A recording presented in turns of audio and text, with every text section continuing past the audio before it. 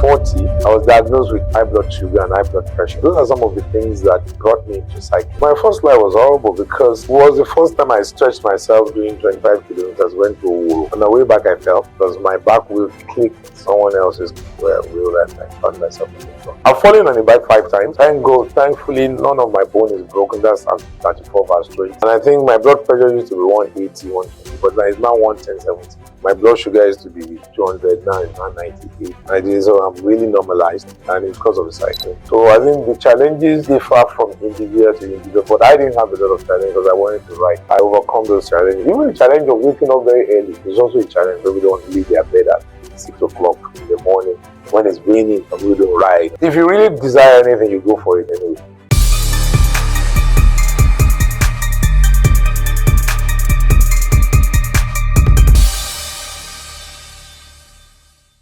My name is Olufemi Oyenuga, popularly known as Dr. Apple. As I was cycling, I'm a doctor, a medical doctor, and I was a banker at some point. Now I'm in Charms Corporation as CEO. So that's Dr. Apple. So I think I was faffing about before cycling, where I would think I'm going for a jog, going for a walk, and I was playing squash.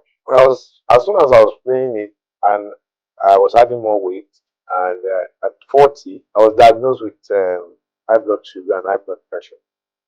So those are some of the things that brought me into cycling. So as a child, I think about age of 7 and 9, I used to live in Zaria, and I used to steal money from my mom's wallet. Back in the days, to go and rent a bicycle, and then your shorting, your insurance, your shoes that you leave behind. And so I would go with my brother, and we would rent a bike for 1 couple. That's how I discovered cycling.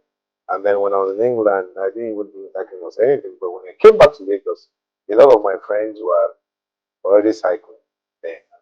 So it was easy to just pivot from my knowing how to ride this bicycle into a more structured way.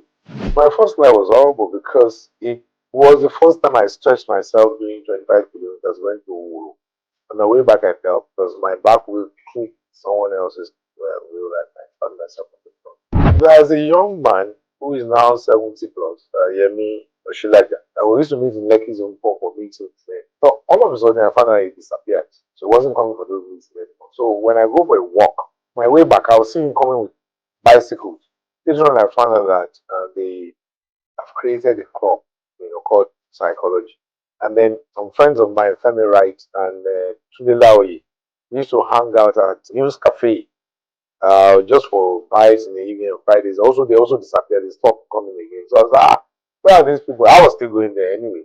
Only they found out 1 year later that they were in psychology. So they dragged me into psychology. So Femi most especially, brought me into psychology. I think psychology is a fantastic club, not because I'm the beauty chairman, but because it has solved for 5 things that might be very quiet on, not celebrated, but quite interesting. Number 1 is that it lets people discover a lifestyle. That's number 1. It brought friendship, relationship. Number 2, it brought the health ministry. So we supported a lot of things, autism, it brought the camaraderie as well.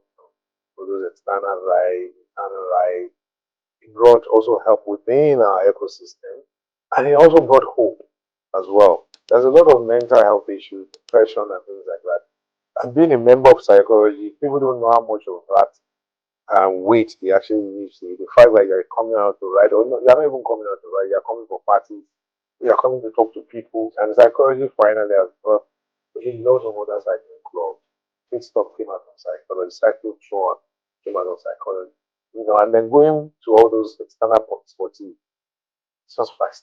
Because I wanted to cycle. So I didn't look at I saw these challenges as opportunity. So I think the challenges differ from individual to individual, but I didn't have a lot of challenges because I wanted to ride. So I overcome those challenges. Even the challenge of waking up very early is also a challenge because we don't want to leave their bed at 6 o'clock in the morning when it's raining and we don't ride. If you really desire anything, you go for it anyway. I've fallen on the bike 5 times. Thank God, thankfully, none of my bone is broken. That's 34 verse 20. Challenges are there, but you always overcome it. I've been a member of Cycology 15 years. I was cycling for 14 years. And I think my blood pressure used to be 180, 120, but it's now 110, 70. Right? So I'm really normalized, and because of the cycling, my blood sugar used to be 200, now it's now 98, 100. So that's the benefit that cycling has done for me. So we're known for CSR. We supported schools, we supported the Road Sweeper initiative, we supported many things in CSR. But what I need to say to the public is in two dimensions. Even in terms of our urban and regional planning and sustainability, we have to remember the bicycle in the planning. Yeah, and constructing new roads, communication, transportation. Bicycle and it's cheap actually to ride bicycle around. So you won't have hypertension when the gas price goes up. That's number one. Number two is to just for people to embrace it more, come out and also ensure that that June 3rd is like a June 12th for bicycle. And that segue into that is also the share the road. We're all creatures of habit. We are all creatures of who we are. Almost known that we are living in this world, join it together. And so sharing the role, the scheme that we're trying to put. Let's do a related flashback so that people really understand what we're going to share with you. I mean, it's good to go faster, but it's good to go further together. Psychology. Never give up. Psychology, never give up.